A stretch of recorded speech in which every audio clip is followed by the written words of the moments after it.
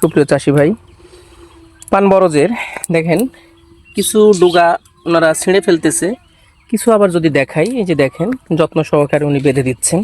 অনেক একদম পান সহ ডুগাগুলো ছিঁড়ে ফেলে দিয়েছে। আসলে এর কারণটা যদি একটু জানি, আমি চাষি ভাইয়ের সাথে কথা বলবো। আসসালামু আলাইকুম ভাই। ওয়ালাইকুম আসসালাম। ভাই কি করতেছেন? দেখতেছি কিছু ডুগা আপনি সুন্দর করে বেঁধে দিচ্ছেন, আবার কিছু দেখি একেবারে ছিঁড়ে ফেলে দিচ্ছেন, কারণ কি ভাই একটু যদি বলতেন। এগুলো বেশি থাকলে আসলে পান ওইভাবে বড় হয় না, হুম হুম।